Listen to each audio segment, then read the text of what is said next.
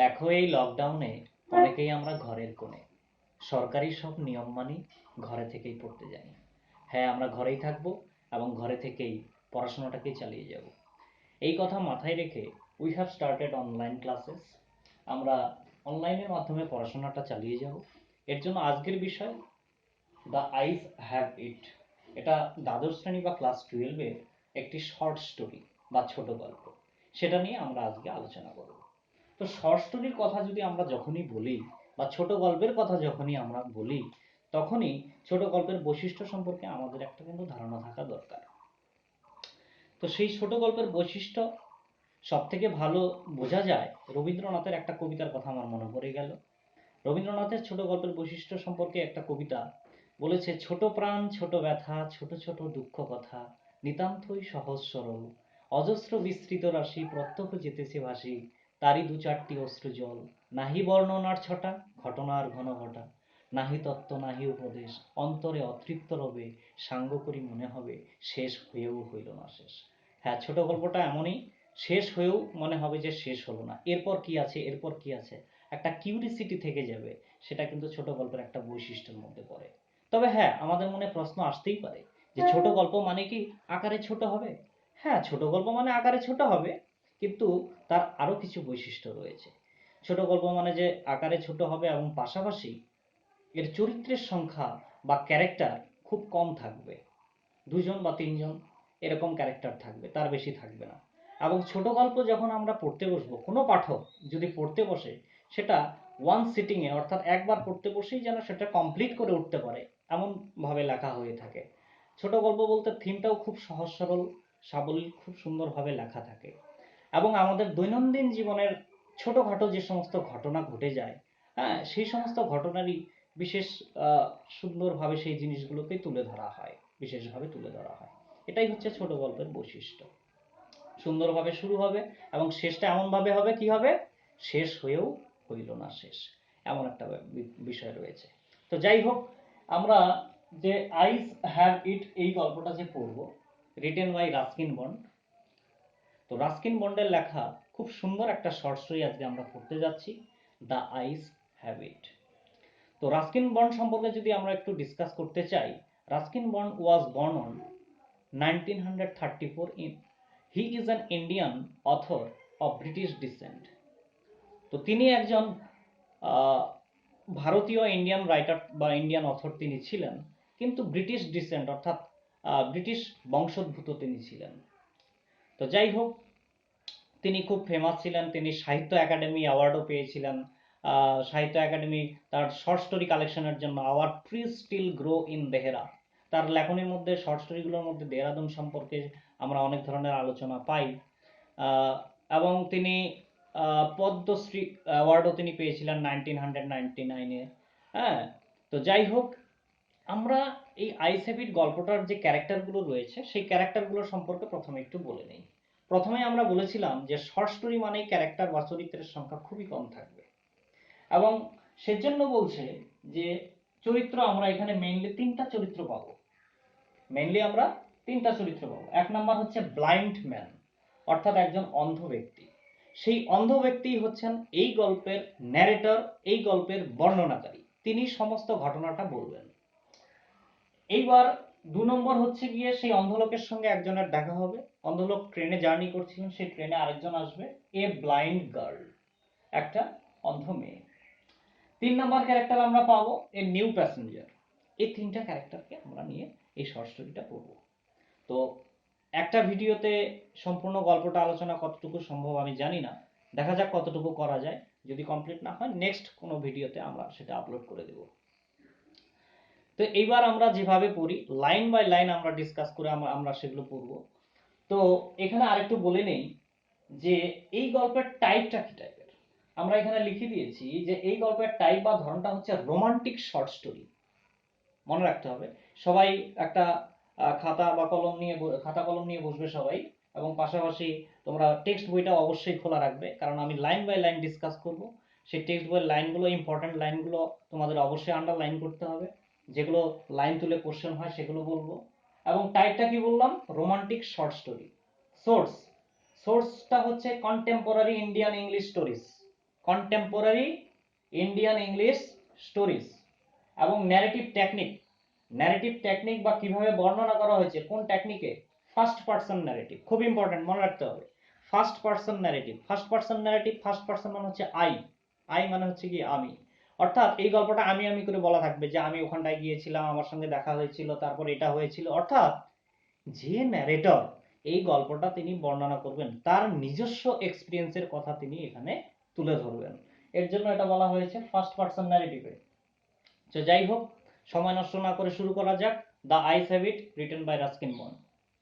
তো টেক্সট বইটা সবাই খোলা রাখবে, আমরা লাইন বাই লাইন ডিসকাস করব যে কিভাবে কি ঘটনাগুলো ঘটলো, আমরা আসবো। I had the train compartment to myself up to Rohana. Rohana পর্যন্ত আমি একাই যাচ্ছিলাম, আমি বলতে এ ব্লাইন্ড ম্যান অর্থাৎ ন্যারেটর, আমি বলতে এখানে ন্যারেটর মনে রাখতে হবে। I had the train compartment to myself up to Rohana, then a girl got in, তারপর একটা মেয়ে উঠলো। The couple who saw her off were probably her parents, যে কাপল তাকে সি অফ করতে এসেছিল, অর্থাৎ সেই ট্রেনে একটা মেয়েকে তুলে দিতে আসছিল, সেই মেয়েটা কে যে যারা তুলে দিতে এসেছিল, যে কাপল বা দম্পতি বা যে দুইজন এসেছিল, probably her parents, narrator probably বলেছে যে সম্ভবত তার বাবা মাই হবে। They seemed very anxious about her comfort, তার আরামের ব্যাপারে, কমফোর্টের ব্যাপারে তারা খুব উদ্বিগ্ন ছিল, চিন্তিত ছিল।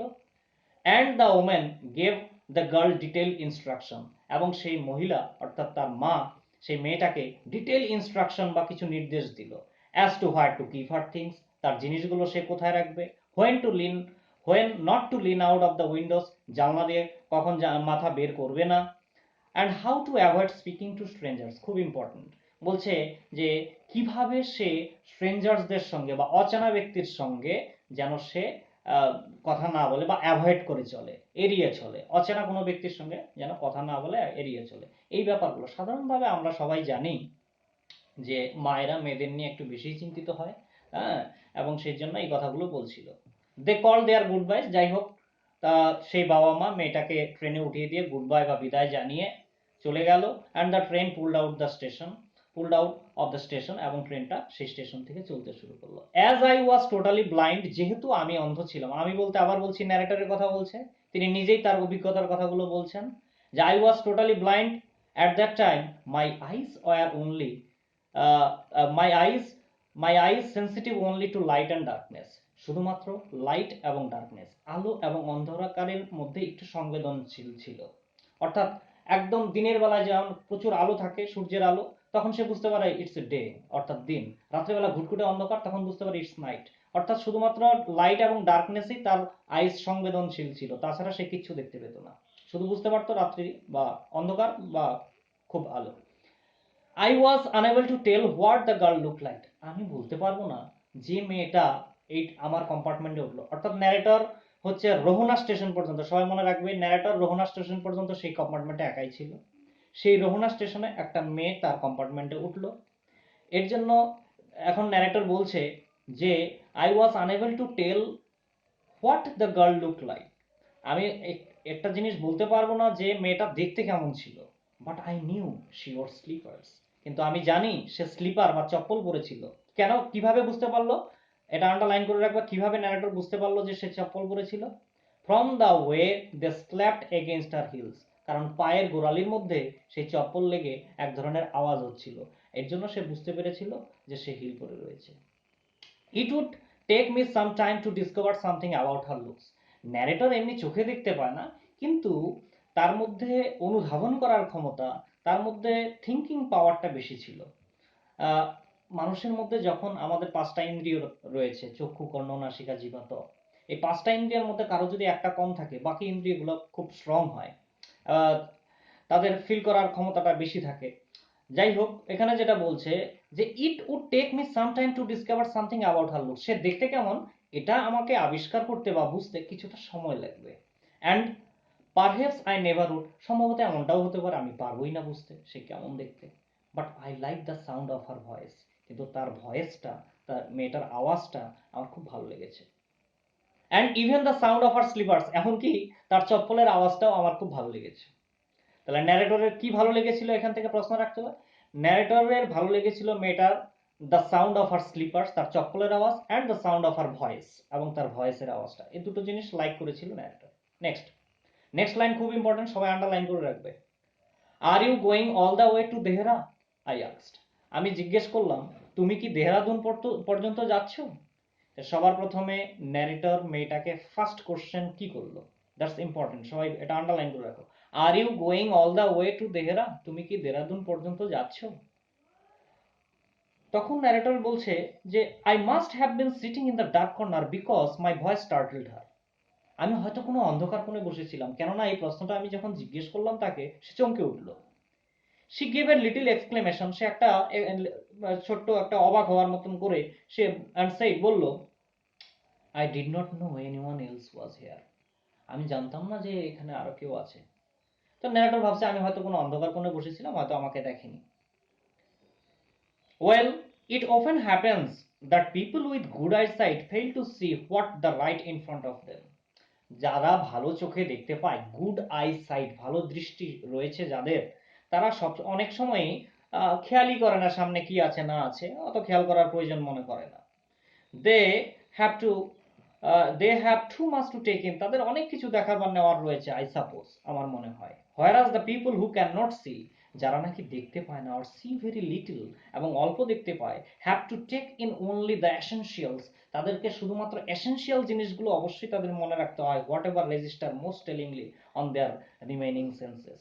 রিমেইনিং সেন্সেস মানে অন্য সেন্সগুলো, যে সেন্স এখানে ন্যারেটর দেখতে পায় না, অর্থাৎ চক্ষু তার হচ্ছে গিয়ে এখানে অকেজ, অর্থাৎ বাকি সেন্সেসগুলো দিয়ে অনেক বেশি তাদেরকে সেই জিনিসগুলোকে বুঝবার চেষ্টা করতে হয়।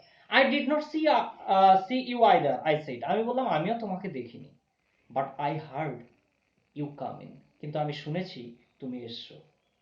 I wondered if I would be able to prevent her from discovering that I was blind. একটা জিনিস ন্যারেটরের মধ্যে ভাবনা এসছে, কি ভাবনা, যে আমি যদি এটা করতে পারতাম, যে আমি তাকে বুঝতে দিতে না দেই যে আমি যে অন্ধ, সেই জিনিসটা যদি বুঝতে দিতে না পারতাম। Provided I keep to my seat, আমি আমার নিজের সিটটাই বসে থাকলাম। I thought it should not be too difficult, আবার ভাবলাম এটা খুব একটা কঠিনও হবে না। দ্যাট মিনস এখানে ন্যারেটর চাইছে যে কোনোভাবেই সে তার অন্ধত্বটা অন্য কারো কাছে, স্পেশালি মেয়েটার কাছে প্রকাশ করবে না। That means he is blind, সে যে অন্ধ এই জিনিসটা সে কোনোভাবেই সে ডিসক্লোজ করবে না, প্রকাশ করবে না। দ্য গার্ল সেইড, মেয়েটা বলল, I am getting of at Saharanpur, আমি সাহারানপুরে নেমে যাব, সবাই আন্ডারলাইন করো Saharanpur. I am getting at I am getting of at Saharanpur, তাহলে মেয়েটা উঠেছিল কোথায়, রোহনা স্টেশনে, নেমে যাবে কোথায়, সাহারানপুর স্টেশনে, খুব ইম্পর্টেন্ট, মনে রাখতে হবে। My aunt is meeting me there, আমার কাকিমা সেখানে আমাকে মিট করতে আসবে বা নিতে আসবে আমাকে। তখন ন্যারেটর বলছে, oh then I had better not not get too familiar, তাহলে তোমার সঙ্গে বেশি ফ্যামিলিয়ার বা বেশি পরিচিত হওয়া যাবে না, কথা বলা যাবে না বেশি, আই রিপ্লাইড, আমি বললাম।